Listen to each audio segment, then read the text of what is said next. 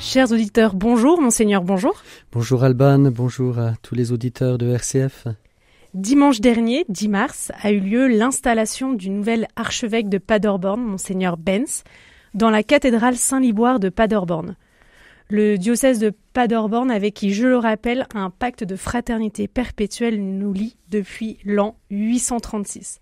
Monseigneur, vous étiez à cette installation, vous avez vécu ce moment très important qui marque le début d'un épiscopat. Pouvez-vous nous raconter un petit peu ? C'est un long voyage pour aller à Paderborn en train, il faut presque 8 heures. Donc j'ai pu me rendre samedi à Paderborn et vivre toute la journée d'installation du nouvel évêque à Paderborn. C'était bien sûr une belle organisation comme les Allemands savent la faire et on a vécu un beau moment diocésain, une cathédrale remplie. Pour l'occasion, Monseigneur Benz était auparavant évêque auxiliaire de Mayence, donc on n'a pas assisté à une ordination épiscopale, mais à une installation. L'évêque a été installé dans sa cathèdre, dans le siège de l'évêque qui est au cœur de la cathédrale. Le nonce apostolique était là, le nonce apostolique en Allemagne. Et puis, il y avait 20-25 évêques qui étaient présents. On a vécu un très beau moment, une très belle liturgie. Beaucoup de gens suivaient la célébration dehors sur un grand écran. Le temps le permettait, et puis une église à côté de la cathédrale servait aussi pour une retransmission vidéo, une église pleine, donc beaucoup de monde. Un moment important pour le diocèse, c'était aussi important que j'y sois en tant qu'évêque du Mans, puisque comme vous l'avez dit, il y a une éternelle amitié qui nous lie à ce diocèse et tous les moments forts des diocèses sont vécus de manière réciproque et donc c'était normal qu'il y ait une petite délégation du diocèse du Mans. Je n'étais pas tout seul, il y avait Madame Isabelle Sureau, ma déléguée générale, et puis quelques membres de la Fraternité Saint-Liboire qui étaient là, avec bien sûr le père Marc Isnard, qui est président de la Fraternité, et puis quelques jeunes français qui étaient venus. Donc une petite délégation de 7-8 personnes, du diocèse du Mans qui était présent pour redire la joie partagée de savoir qu'il y a un nouvel évêque, Monseigneur Benz, qui a le même âge que moi. Il est né en 1967, alors c'est un petit clin d'yeux qui nous est fait. J'ai pu prendre le temps aussi de parler avec le nouvel évêque de Paderborn. Il était très sollicité, bien sûr, un jour comme ça, mais il m'a consacré du temps pour qu'on puisse aussi échanger, et il viendra à la Saint-Julien en janvier 2025 pour vivre avec nous la fête de Saint-Julien. J'ai vu sur quelques photos que vous aviez pris la parole lors de cette installation, Monseigneur. Qu'est-ce que vous avez dit dans votre discours ? Alors, j'ai pu parler en allemand. Le texte était traduit en allemand et j'ai pu dire qu'en arrivant au Mans, j'ai très vite compris l'importance et la profondeur des liens qui unissent nos deux diocèses. Et ça, je l'ai redit. Leur dire qu'on avait une grande joie de participer aussi aux festivités de Saint-Liboire pendant l'été. Donc j'avais pu, moi, participer aux festivités de Saint-Liboire et je me suis rendu compte aussi de l'importance de ces festivités autour de l'évêque dont les reliques sont à Paderborn, l'évêque qui a été évêque du Mans, et ce sont les reliques de Saint-Liboire qui sont à la cathédrale de Paderborn. Et puis je me suis adressé à tous les fidèles du diocèse de Paderborn. Je leur ai dit aussi mon souhait qu'ils puissent savoir bénéficier de la jeunesse de leur nouvel évêque et puis de son zèle de pasteur parmi eux. Le week-end prochain, au sanctuaire Notre-Dame du Chêne, c'est le week-end sur la liturgie pour les diacres.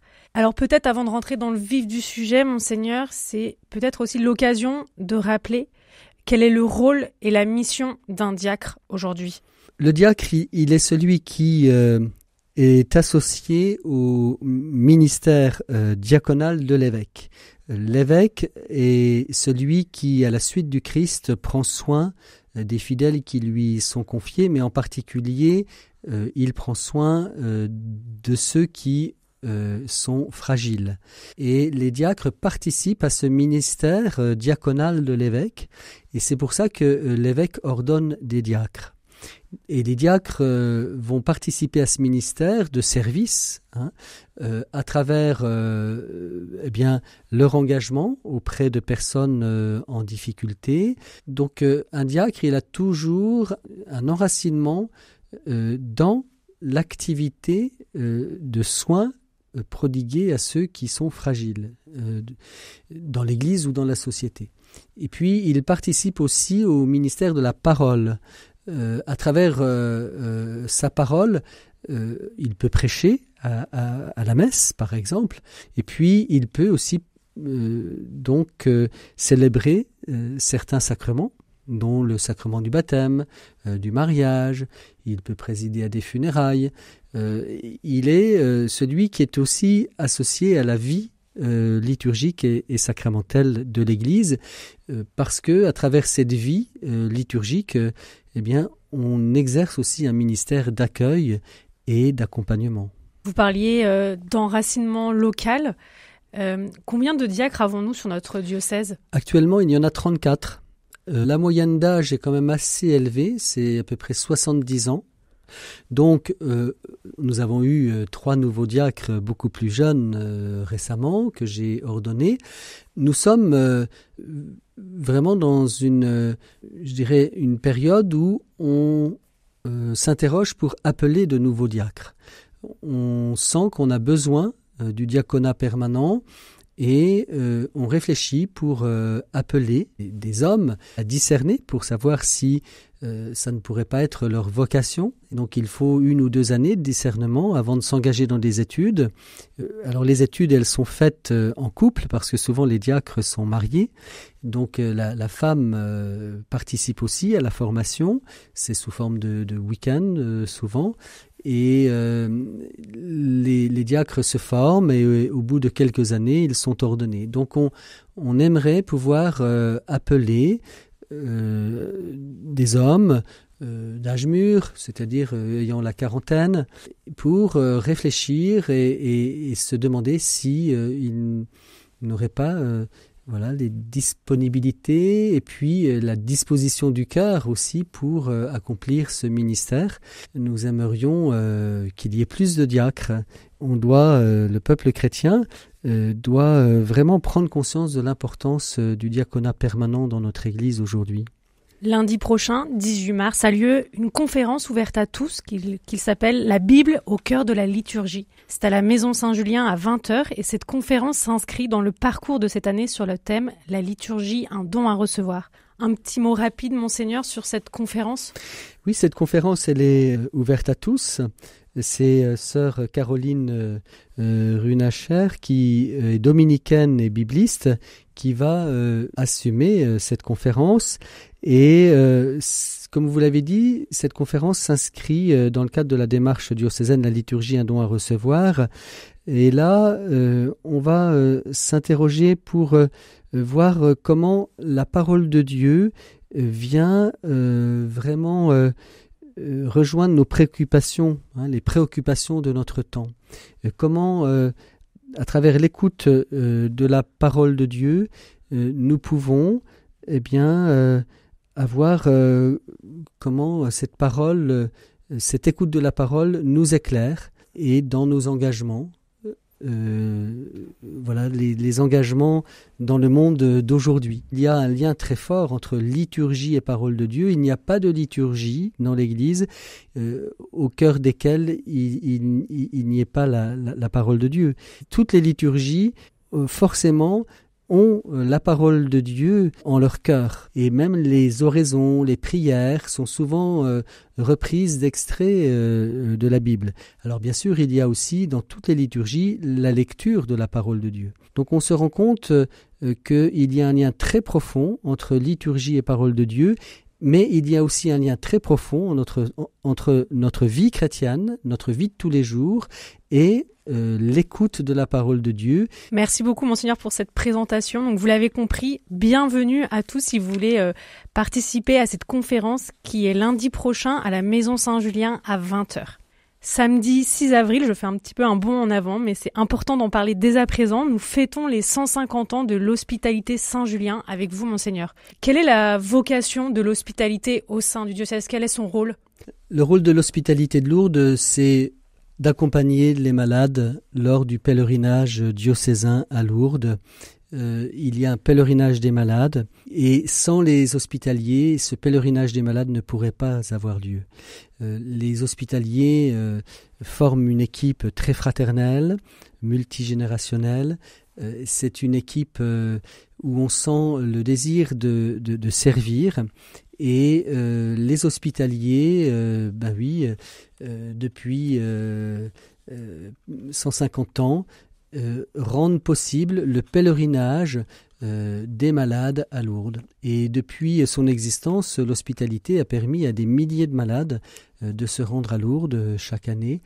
Et donc c'est une fête qui est importante, c'est prendre conscience de l'importance de l'hospitalité. Et l'hospitalité est ouverte aux jeunes.